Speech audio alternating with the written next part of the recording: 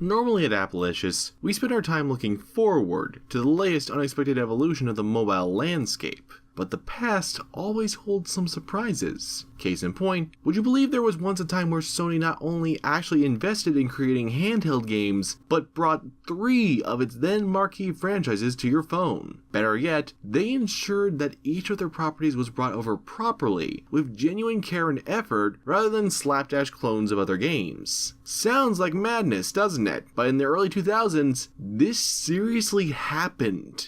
Ratchet & Clank Going Mobile. Ratchet & Clank Going Mobile is probably the most well-known of the Sony mobile trilogy. Released around the height of Ratchet & Clank's PS2 run, Going Mobile was actually meant to be the first part of a duology, with the latter half cancelled mid-development. While Going Mobile is far from the greatest Ratchet & Clank game, it's incredibly faithful to the source material. Within minutes of playing, you'll hear a reference to Secret Agent Clank, and are instantly off to grappling, rail grinding, smacking, and shooting your way through an industrial setting inside your phone. Yes, Going Mobile is literally set inside your phone, with the titular protagonist pulled inside via a digitizing MacGuffin. As far as how the game plays, it's remarkably okay. It's never going to outdo its 3D brethren, but as a side-scrolling platformer, Going Mobile was certainly decent for its day. A handful of the series' iconic weapons make the jump, most notably the Rhino, but enemies are a bit on the small side, and the lack of audio for pretty much everything means you'll be left to fill in the blanks. Still impressive for its day, enough so that parts of it are still loosely considered canon to the series, but overall, more of a novelty than anything else.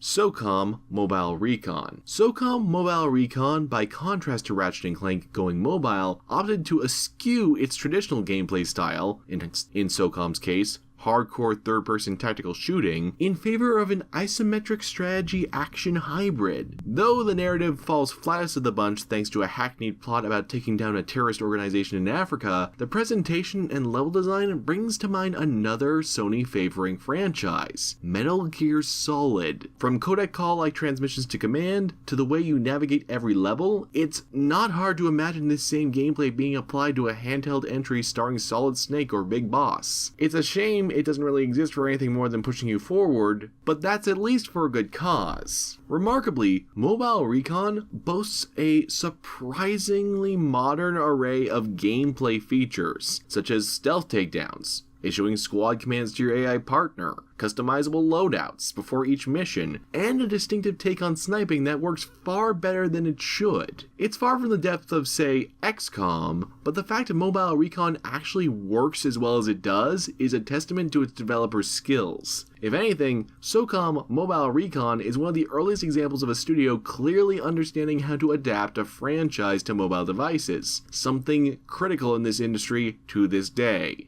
God of War Betrayal. God of War Betrayal rounds out the trilogy on its highest note, offering the purest port of the bunch. Set right between the events of God of War and God of War 2, we get a rare glimpse of protagonist Kratos before his deicide at the hands of his father Zeus. Look, it's complicated, just roll with it. With Kratos leading the armies of Sparta against their enemies, in a blood-soaked conquest. Despite suffering a similar lack of audio for the majority of its runtime, Betrayal does its best with what it can, offering impressively detailed sprites and brutal clashes when you strike down massive mythological monstrosities. Everything's rendered beautifully, with fluid animations as you disembowel anyone and anything that gets in your way. Not to be outdone, Betrayal also takes full advantage of its vertical camera angle, incorporating it fully into its 2.5D level design, from hinting at later objectives to nudging you in the direction of bonus chests full of valuable experience points. This also leads to Betrayal's unique take on the God of War series' wavering appreciation for platforming, trading balancing yourself on wooden beams for more traditional climbing and jumping. There's a wide array of weapons to use, and it's remarkably easy to play, even with the constraints of having to use a phone's button layout. There's even a demigod for you to fight, Syrinx, son of the deity Hermes, which might not be the same as fighting Poseidon, Hades, or Ares, but Kratos' bloodlust rings true all the same. Despite all the odds stacked against it,